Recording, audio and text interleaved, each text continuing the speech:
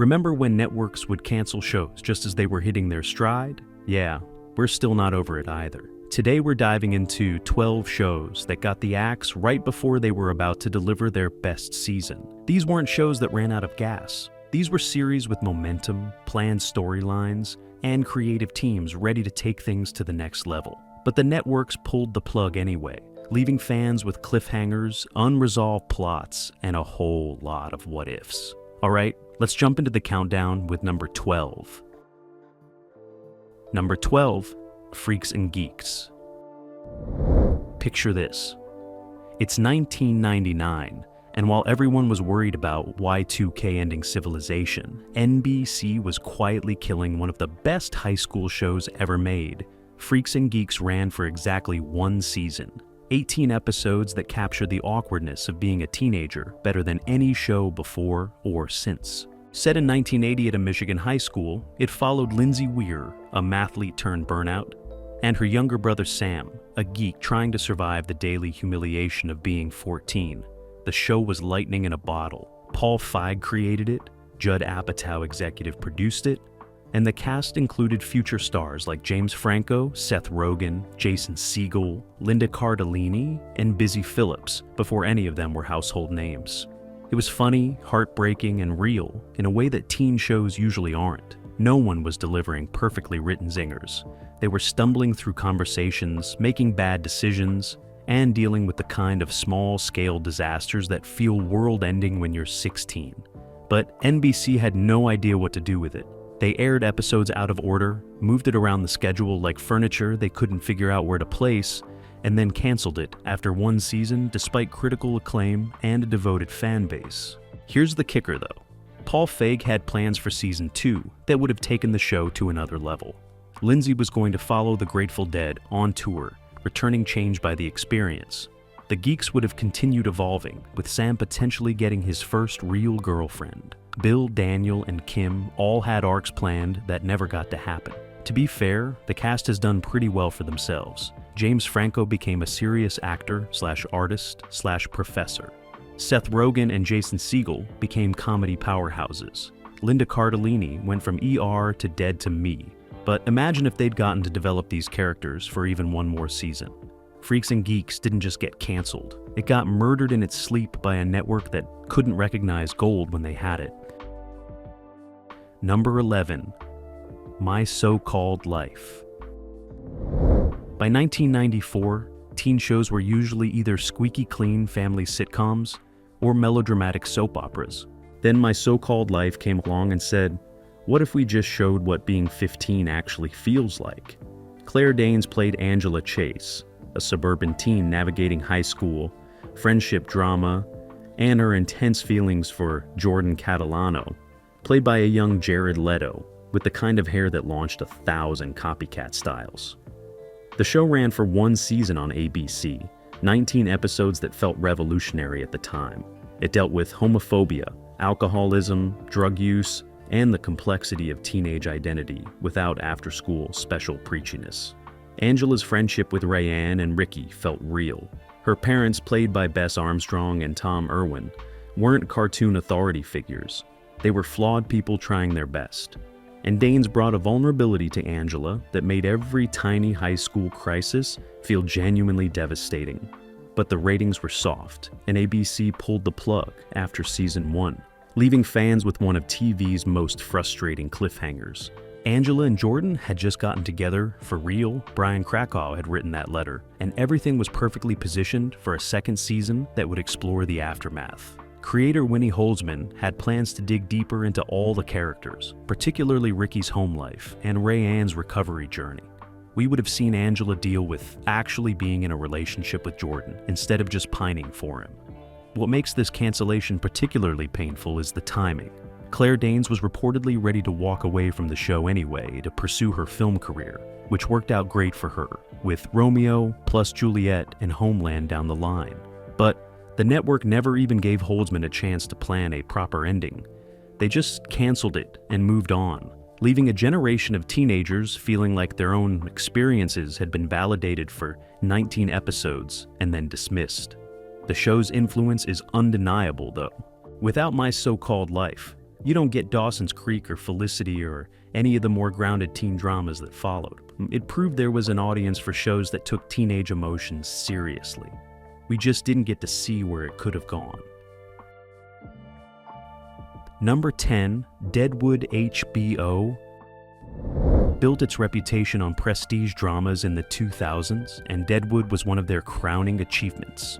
Created by David Milch, it ran for 3 seasons from 2004 to 2006, bringing the American frontier to life with Shakespearean dialogue, brutal violence, and characters so richly drawn they felt like real historical figures. Timothy Oliphant played Seth Bullock, the reluctant lawman. Ian McShane was Al Swearingen, the saloon owner and de facto power broker. And the show's foul-mouthed poetry elevated Western tropes into something genuinely artistic. Season 3 ended with massive plot threads unresolved. George Hearst, the villainous mining magnate, was still a threat. The Campson Corporation as a town was pending. Character arcs were positioned for major developments. And then HBO canceled it, reportedly because David Milch was expensive, difficult to work with, and had moved on to his next project, John, from Cincinnati, which lasted exactly 1 season and pleased approximately nobody. Here's what hurts. Milch had planned a 4th season that would have jumped forward in time, showing Deadwood's transformation from a lawless camp into a proper town. We would have seen the resolution of the Hearst conflict, the evolution of key relationships, and the historical changes that shaped the real Deadwood. Instead, fans got nothing for 13 years until HBO released a Deadwood movie in 2019 that attempted to wrap things up. And while the movie was good, it was a band-aid on a wound that needed surgery. The cancellation of Deadwood became a cautionary tale about creative differences and network priorities. HBO wanted more accessible content. Milch wanted artistic freedom. And somewhere in that conflict, one of the best shows on television got sacrificed. Timothy Oliphant went on to Justified, which was great. Ian McShane continued being Ian McShane, which is always a gift, but Deadwood deserved better than a premature ending and a movie made over a decade later. Number 9, Terriers. Sometimes a show is so good that its cancellation feels like a personal attack. Terriers, which aired on FX in 2010, is one of those shows. Created by Ted Griffin, it starred Donald Logue and Michael Raymond James as 2 unlicensed private investigators in San Diego, solving cases while dealing with their own messy lives. It was funny, suspenseful, character-driven, and blessed with the kind of chemistry between leads that you can't manufacture. The problem? Almost nobody watched it. The marketing was terrible.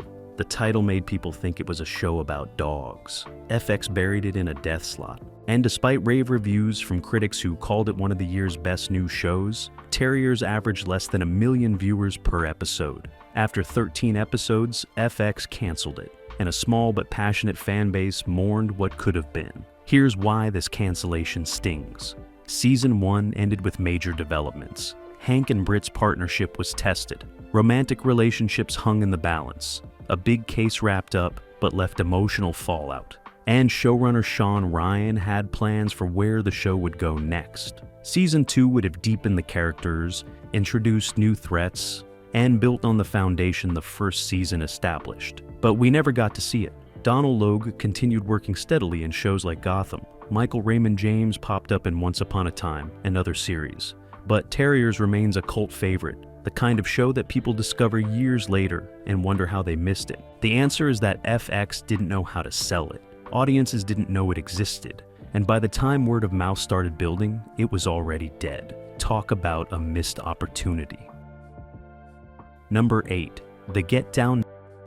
Netflix swung for the fences with The Get Down, Baz Luhrmann's lavish musical drama about the birth of hip-hop in the Bronx in the late 70s. Part 1 dropped in 2016 with 6 episodes that cost a reported $120 million. Yes, you read that correctly. Part 2 followed in 2017 with another 7 episodes. And then Netflix pulled the plug, citing the astronomical production costs and Luhrmann's perfectionism as reasons they couldn't continue. The show followed Ezekiel, a talented young poet navigating the emergence of hip-hop, culture, disco, and the social upheaval of New York City in 1977 and 78. Justice Smith played Ezekiel with earnest charm, Harrison Guardiola was Mylene, the aspiring disco singer caught between her father's church and her musical ambitions. And the cast included Shamake Moore, Skyland Brooks, and Tremaine Brown as Ezekiel's crew, plus Giancarlo Esposito and Jimmy Smits in supporting roles. When it worked, the Get Down was spectacular. The musical sequences exploded off the screen. The depiction of a cultural moment felt authentic and electric, but the production was notoriously troubled. Episodes were delayed, costs spiraled out of control, and Luhrmann's meticulous approach meant that making more seasons would have been prohibitively expensive even for Netflix's deep pockets at the time. The tragedy is that Part 2 set up fascinating directions for Season 2. The characters were evolving. The historical timeline was approaching the moment when hip-hop would truly break through. Storylines about ambitions, authenticity, and the commercialization of art were perfectly positioned to deepen. But Netflix decided it was too expensive to continue, and The Get Down became a beautiful, flawed artifact, rather than the epic it could have been. Number 7. Carnival. HBO's. Carnival ran for 2 seasons from 2003 to 2005, and its cancellation remains one of the most frustrating in TV history. Created by Daniel Knauf, the show followed a traveling carnival during the Great Depression, weaving together supernatural elements, religious mythology, and an epic battle between good and evil. Nick Stahl played Ben Hawkins, a young man with healing powers. Clancy Brown was Brother Justin Crowe, a preacher with darker abilities. And the show's dense mythology suggested a grand plan that would unfold over multiple seasons. Season 2 ended with a massive cliffhanger. Justin had embraced his dark destiny. Ben's journey was far from complete. Major questions about the nature of their powers and their connected fates remained unanswered. And then HBO canceled it, reportedly because it was expensive to produce and the ratings didn't justify the cost. But here's what makes fans still angry all these years later. Daniel Knauf had mapped out a 6-season plan. He knew exactly where the story was going, how the mythology would unfold, and how it would all end. In interviews after the cancellation, Knauf revealed some of what Season 3 would have explored. The story would have jumped forward in time to World War II. New avatars of good and evil would have emerged. The cosmic battle would have escalated. Instead, fans got a rushed finale that tried to provide some closure, but left most threads dangling. It was like reading the first 2 books of a 6-book series and being told you'll never find out how it ends. Carnival developed a cult following after its cancellation, with fans discovering it on DVD and streaming and falling in love with its dark, weird, ambitious storytelling. But by then, it was too late. The sets were gone, the cast had moved on, and HBO wasn't interested in resurrecting it. Sometimes being ahead of your time means you don't get to finish your story. Number 6. Firefly. Alright, we're about halfway through the countdown, so now it's your turn. Drop a comment and tell us which canceled show still makes you angry. And hey, if you haven't already, hit that like button and subscribe before another network executive makes another terrible decision. Trust us, they're always working on the next one. Now let's talk about Firefly, because if you're a fan of good television, this cancellation probably still hurts. Joss Whedon's space western aired on Fox in 2002 for exactly 11 of its 14 produced episodes before the network pulled the plug. It followed the crew of Serenity, a Firefly-class spaceship, as they took on jobs legal and illegal on the fringes of space after a civil war left the galaxy under authoritarian control. Nathan Fillion played Captain Malcolm Reynolds. Gina Torres was his second-in-command, Zoe. Alan Tudyk was Pilot Wash. And the ensemble included Morena Baccarin, Adam Baldwin, Jewel State, Sean Maher, Summer Glau, and Ron Glass. The show was brilliant. It blended Western aesthetics with science fiction, mixed humor with heartbreak, and created characters so immediately lovable that fans still dress up as them at conventions 20 years later. But Fox sabotaged it from the start. They aired episodes out of order, putting the actual pilot last. They moved it around the schedule. They gave it no support, and then they canceled it, claiming the ratings didn't justify keeping it on air. Here's what hurts most about the Firefly cancellation. Whedon had plans for where the show would go. Season 2 would have deepened the Alliance conspiracy, explored River's past and abilities more thoroughly, and developed the relationships between crew members. We would have learned more about the war, about Book's mysterious background, about Inara's terminal illness. The movie Serenity, which came out in 2005 thanks to fan pressure, wrapped up some threads but had to compress multiple seasons worth of story into 2 hours. The cast has been vocal about wishing they had gotten more time. Nathan Fillion went on to star in Castle and the Rookie. Alan Tudyk became a character actor extraordinaire. Gina Torres headlined Suits spin-off Pearson. But they've all said that losing Firefly felt like losing a family, and the fans never stopped hoping for more, even though Whedon has said it'll never happen. Firefly proved that brilliant shows can fail, that network mishandling can kill anything, and that sometimes justice comes too late to matter. Number 5. Pushing Daisies. Brian Fuller's Pushing Daisies was one of the most visually distinctive, emotionally rich, and just plain delightful shows on network television. It ran for 2 seasons on ABC from 2007 to 2009, following Ned the Pie Maker, played by Lee Pace, who had the ability to bring dead things back to life with a touch. But there was a catch. A second touch would kill them permanently, and if he didn't touch them again within a minute, someone else nearby would die in their place. The show used this premise to create a detective series unlike any other. Ned, his childhood sweetheart Chuck, whom he'd brought back to life but could never touch, and private investigator Emerson Code solved murders by temporarily reviving victims to ask who killed them. It was whimsical, romantic, and heartbreaking all at once. Kristen Chenoweth played Olive Snook, the waitress hopelessly in love with Ned. Swoosie Kurtz and Ellen Green were Chuck's aunts, and the show's fairy tale aesthetic made every episode feel like visual poetry. Then, the 2007 to 2008 writers' strike happened, cutting Season 1 short. Season 2 got made, but ratings had dropped. ABC canceled it after 22 total episodes, and fans were devastated. Fuller had plans for where the show would go. He wanted to explore Ned's father's abandonment, Chuck's father's death, and the emotional complications of a relationship where the two people in love could never actually touch. The final episode tried to wrap things up, but left major questions unanswered. Lee Pace went on to star in the Hobbit trilogy, Halt and Catch Fire, and Foundation. Kristen Chenoweth continued being a Broadway legend who occasionally graces television, but Pushing Daisies remains one of those shows that was too unique for its own good. It was quirky in a way that made it hard to market. It required viewer investment in a high-concept premise, and it arrived at a moment when networks were getting nervous about anything that wasn't an immediate ratings hit. Number 4. The Tick. Amazon's The Tick reboot ran for 2 seasons from 2017 to 2019, and its cancellation proved that even streaming services make terrible decisions.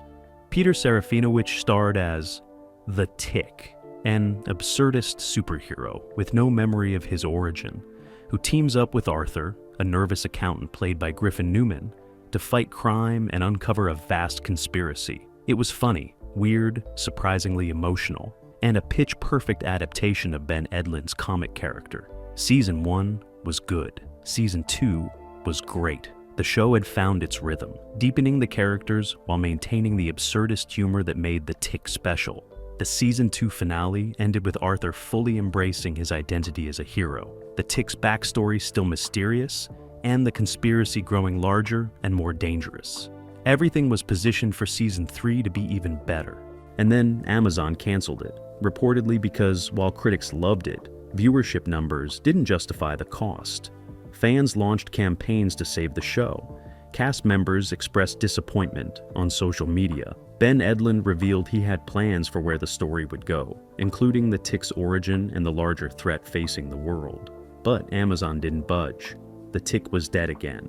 The third time a TV adaptation of the character had been canceled before its time. The 90s Fox series got canceled after 3 seasons. The 2001 live-action series got canceled after 1 season. And now, this one was gone too. Peter Serafinowicz went back to voice work and character acting.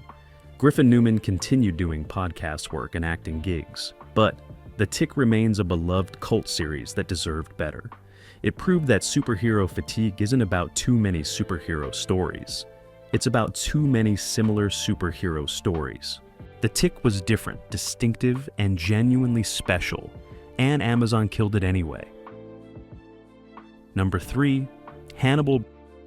Bryan Fuller shows up twice on this list because apparently he's cursed to create brilliant series that networks and streaming services cancel before their time.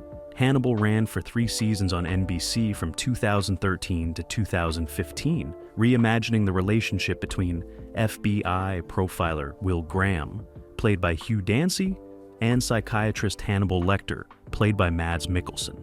It was gorgeous, gruesome, and achingly romantic in its depiction of 2 men circling each other in a dance of obsession and destruction.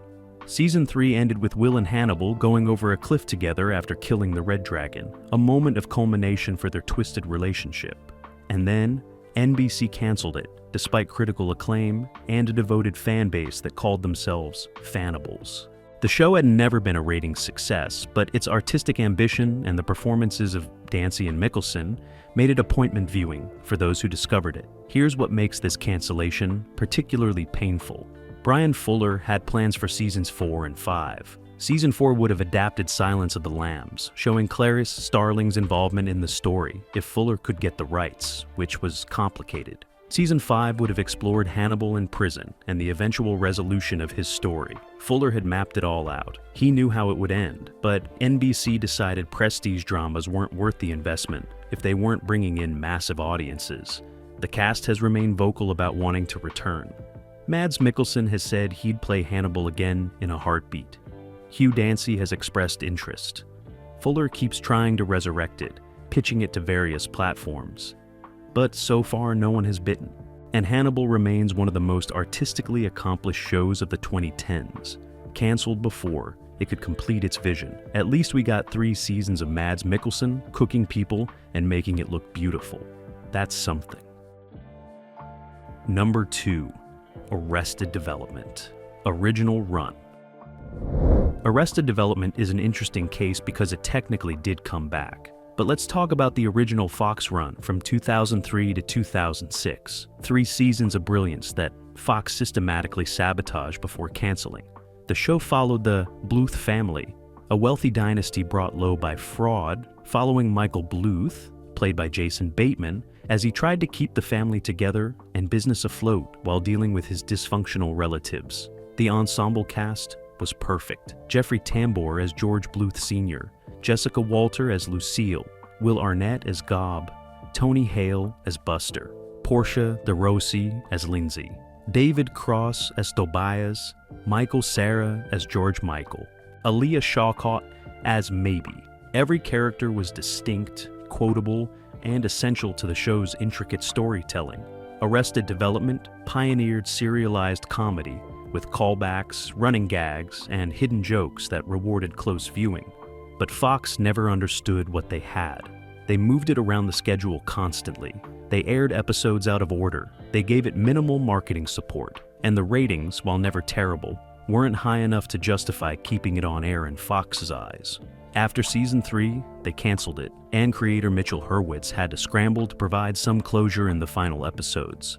But he'd planned more. Season 4 would have continued deepening the characters, exploring new scams and schemes, and building on the foundation the first 3 seasons established.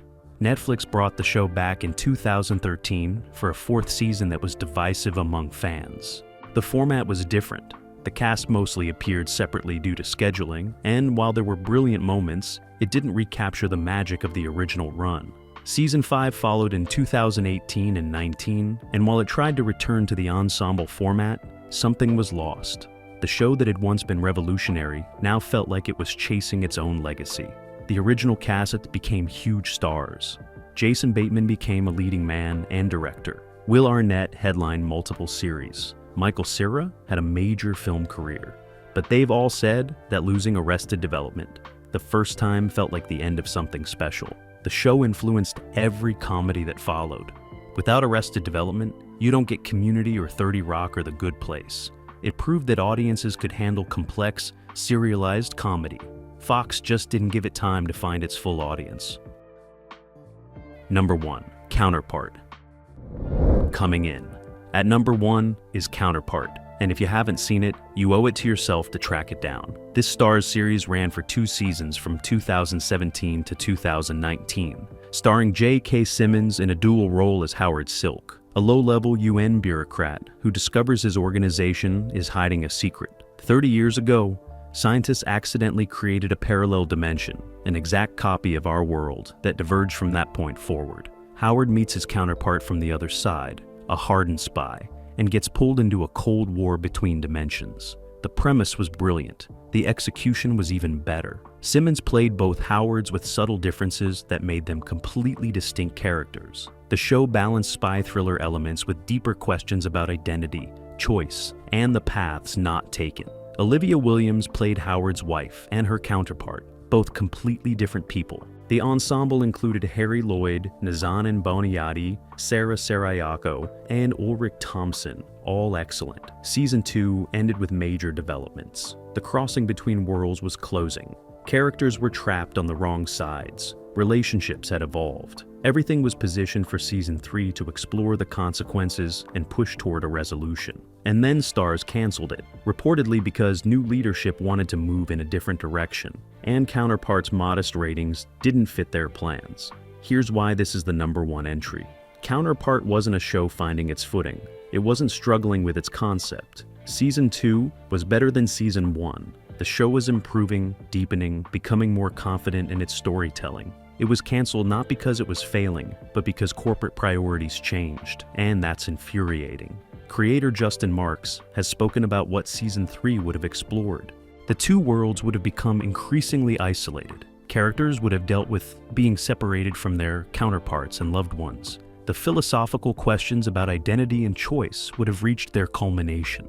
We would have gotten answers about the scientists who created the crossing and the long-term consequences of the two worlds' existence. Instead, fans got a cliffhanger ending and no resolution. J.K. Simmons continues being one of the best actors working, appearing in everything from Spider-Man movies to award-winning dramas. But he said that Counterpart was one of his favorite roles, the chance to play two completely different versions of the same person and explore what that meant.